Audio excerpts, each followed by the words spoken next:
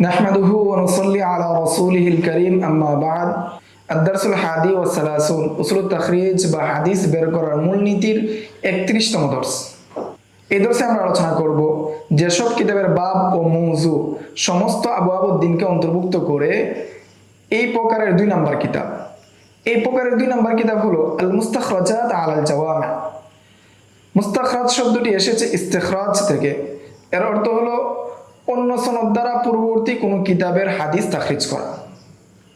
হাদিস শাস্ত্রে মুস্তাখরাজ কিতাব বলতে বোঝায় একজন মুহাদ্দিস পূর্ববর্তী কোনো বিখ্যাত হাদিসের কিতাব যেমন সহিহ বুখারী বা সহিহ মুসলিম ইত্যাদির হাদিসগুলোকে নিজের স্বতন্ত্র সনদে উল্লেখ করা এবং মুসান্নিফ যে সনদে এনেছেন সেই সনদে উল্লেখ না করা, বরং ভিন্ন সনদ ব্যবহার করে সাহাবী পর্যন্ত পৌঁছা।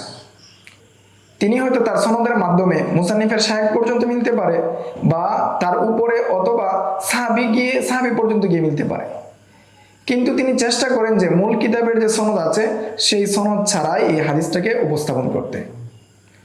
তবে শর্ত হলো যতক্ষণ না কাছের সনদ পাওয়া যায় বা পাওয়া যাওয়ার ক্ষেত্রে সর্বোচ্চ চেষ্টা করা হয় ততক্ষণ পর্যন্ত দূরবর্তী সনদ দ্বারা হাদিসটা বর্ণনা না করা। দূরবর্তী সনদ দ্বারা বর্ণনা করা যায় বা বর্ণনা করা হয় তখনই যখন সনদটা আলী হয় অথবা ওই সনদে গুরুত্বপূর্ণ অতিরিক্ত কোনো বিষয় থাকে, তথ্য থাকে।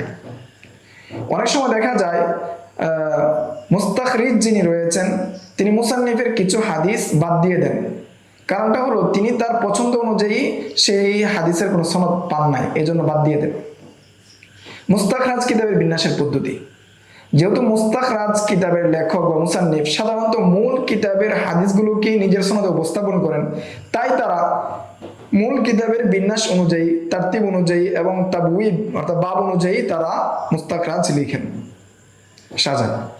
অর্থাৎ যে কিতাবের উপর মুস্তাখরাজ লেখা হয়েছে সেই কিতাবের যতগুলো কিতাব এবং যতগুলো বাব ছিল মুস্তাখরাজে প্রায় সবগুলোই এসে যায় এবং এগুলো দিয়ে সাজানো হয়।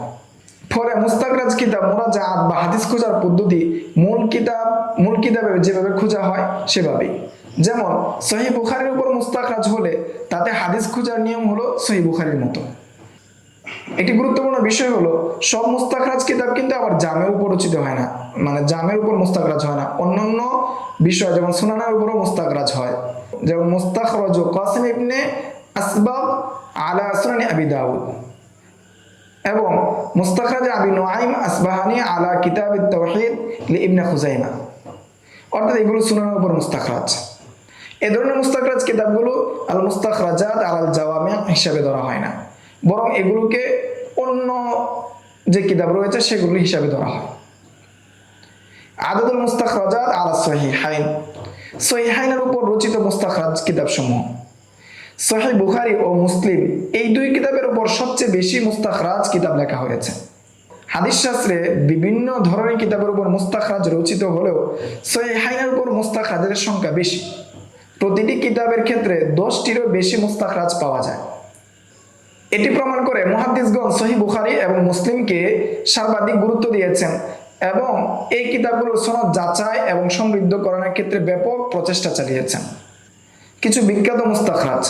সহিহ বুখারীর উপর রচিত মুস্তাখরাজ সমূহ যেমন মুস্তাখরাজুল ইসমাঈলি 371 হিজরিতে, মুস্তাখরাজুল গিতরিফি 377 হিজরিতে, মুস্তাখরাজু ইবনে আবি জুহাইল 378 হিজরিতে। সহিহ মুসলিমের উপর রচিত মুস্তাখরাজ সমূহ যেমন মুস্তাখরাজু আবি আওয়ানা 310 হিজরিতে, মুস্তাখরাজু জিরি 311 হিজরিতে, মুস্তাখরাজু আবি হামেদ হারুই 355 হিজরিতে। উভয় কিতাব অর্থাৎ সহিহাইনের উপর রচিত মুস্তাখরাজ সমূহ মুস্তাখরাজু আবি নুআইম আসবাহানি 340 হিজরিতে, মুস্তাখরাজু ইবনে আখজাম 344 হিজরিতে, মুস্তাখরাজু আবি বকর বারকানি 425 হিজরিতে।